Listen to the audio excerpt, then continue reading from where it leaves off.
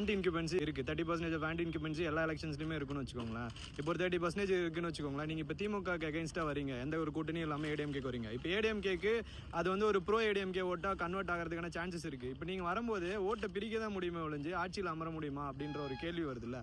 இப்போ அவங்க என்ன சொல்கிறாங்கன்னா, நீங்கள் வந்து டிஎம்கேவோட பி டீம் மாதிரி செயல்படுறீங்கன்னு பொதுமக்கள் சொல்கிறாங்க.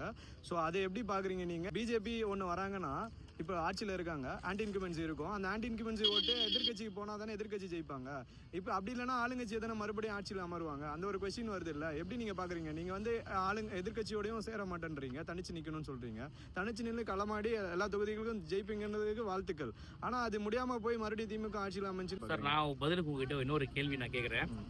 நாங்கள் ஒரு மக்களுக்கு நல்லது பண்ணுறதுக்கு ஒரு கட்சி ஆரம்பிக்கிறோம் சார். நாங்கள் யாரோட கூட்டணி வைக்கணும் நீங்கள் எதிர்பார்க்குறீங்க? நீங்கள் சொல்லுங்கள், சும்மா ஃப்ராங்காகவே சொல்லுங்கள், தப்பில்லை. நீங்கள் யாரோட கூட்டணி வைக்க தாவேக்கா யார் கூட கூட்டணி வச்சா நல்லா இருக்கும்னு நினைக்கிறீங்க? இப்போ இந்த ஆன்டி இன்குபென்சி இருக்கக்கூடாது அப்படின்னா யார் கூட கூட்டணி வச்சா நல்லா இருக்கும்னு நினைக்கிறீங்க? தாவேக்கா தனிச்சு களமாடுறது எல்லாருமே விரும்புறது தான். பட் ஆனால் இது வரைக்கும் நீங்கள் சொல்கிறது ஒரு நல்ல அருமையான பாயிண்ட், இல்லைன்னு சொல்லலை.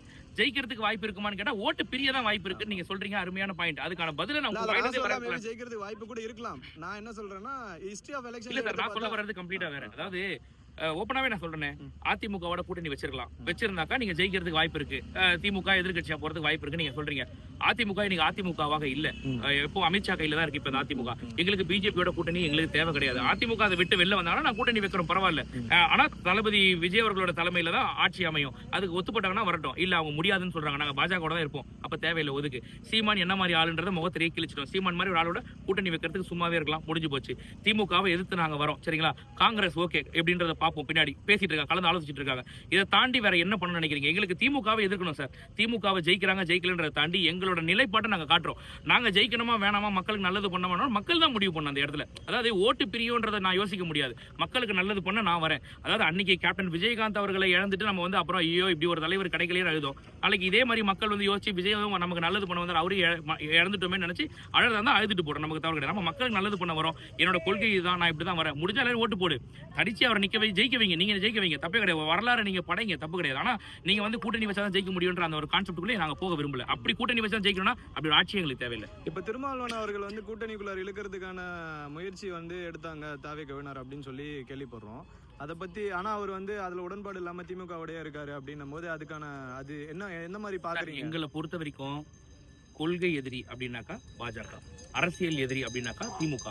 இதை தாண்டி மற்ற கட்சிகள் வரலாம். ஏன்னா இன்னைக்கு மக்கள் படுற அவஸ்தைக்கு காரணம் யாருன்னா இவங்க 2 பேர் தான்.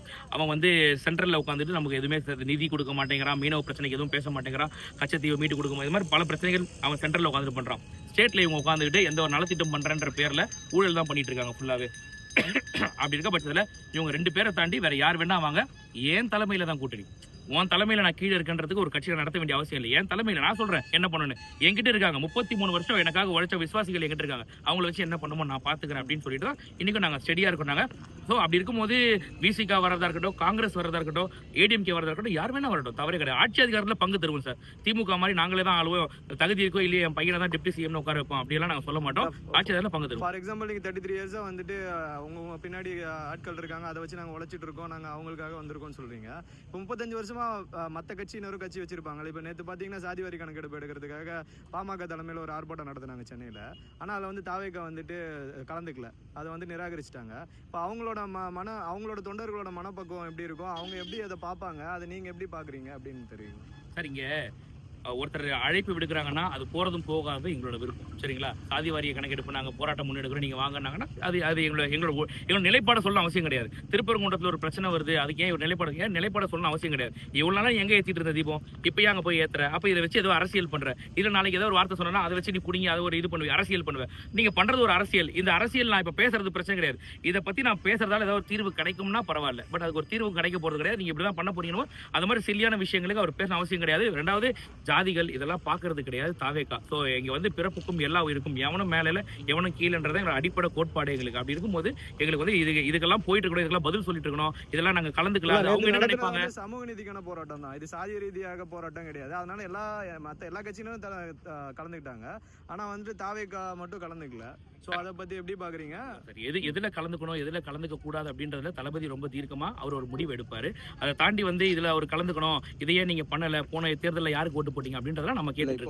இப்போ எதிர்கட்சியா செயல்பட்டு வராங்கன்னு வச்சோம். வச்சுக்கோங்களேன், எந்த கட்சியா இருந்தாலும் சரி, அவங்க கூட வந்துட்டு தாவேகா வந்து அரசியல் கூட்டணி மட்டும்தான் வைப்போம், மற்றபடி வேற எந்த போராட்டங்களையும் கலந்துக்க முடியல அப்படின்னு சொன்னா அது எப்படி மற்ற கட்சிகள் ஏற்றிருப்பாங்க அப்படின்னு சார் அது எங்களோட முழு இது என்ன, எங்களோட கருத்து என்னன்றது தெரிஞ்சுக்கணும் சார். நீங்க நான் கூப்பிட்டுட்டே நீ வரல அப்படின்னு கோச்சு நான் வர முடியலன்னா எனக்கு என்ன பிரச்சனை, நான் ஏன் வரல, அங்க என்ன எனக்கு பிரச்சனை, நீ எடுக்கிற போராட்டத்துல எனக்கு ஒரு மன கஷ்டம் இருக்கும், அதுல எனக்கு ஒரு சில விஷயங்கள் சொல்ல வேண்டியது இருக்கும், எனக்கு தேவையில்லாத ஆட்கள் அங்க இருக்கலாம், அதனால உனக்கு நான் ஆதரவு தெரிவிக்கலாமே தவிர நான் வந்து அங்க நிக்கணும்னு அவசியம் கிடையாது. அது மாதிரி பல விஷயங்கள் இருக்கும். இதெல்லாம் ரொம்ப சில்லியான கொஸ்டின்ஸ். இதெல்லாம் இதுக்கு ஏன் அவர் வரல, அதுக்கு ஏன் வரல, இதுக்கு ஏன் அவர் குரல் கொடுக்கல, எதுக்கு குரல் கொடுக்கணும் அது குரல் கொடுத்துருக்காரு. இப்ப கிட்டத்தட்ட இப்ப பாத்தீங்கன்னா அஜித்தோட மரணத்துக்கு வந்து பாத்தீங்கன்னா எல்லாம் பெரிய அளவுல பேசணும். ஆனா அதே இவங்க திமுகவோட ஆட்சியில 24 பேர் இதே மாதிரி லாக்அப் டெத்ல இறந்து போனா அந்த 24 பேர் குடும்பத்தையும் மேல ஒரு ஸ்டேஜ்ல ஏத்தி நிக்க வச்சார் தளபதி. இதெல்லாம் பேச வேண்டிய ஒரு விஷயம். இனி லாக்அப் டெத் அப்படின்னு நடக்கவே கூடாது. சாத்தாங்குளத்துக்கு கொடி பிடிச்சீங்கல்ல, ஏன் திருப்போணத்துக்கு நீங்க கொடி பிடிக்கலன்னு சொல்லிட்டு கேட்டாருனாக்கா இந்த மாதிரி பல விஷயங்களை அவர் முன்னெடுக்கிறார். இதெல்லாம் மக்கள் பிரச்சனை பேசலாம். இது வந்து ஒரு அரசியல் கட்சி எடுக்கிறாங்க முன்னெடுப்புனா எனக்கு அங்க அதுல கருத்து முரண்பாடு இருக்கலாம். அந்த கருத்து முரண்பாடு என்னன்றதை டைரக்டா எல்லா இடத்துலயும் ஓப்பனா சொல்ல முடியாது. இப்ப தாவேகாவினர் வந்துட்டு அந்த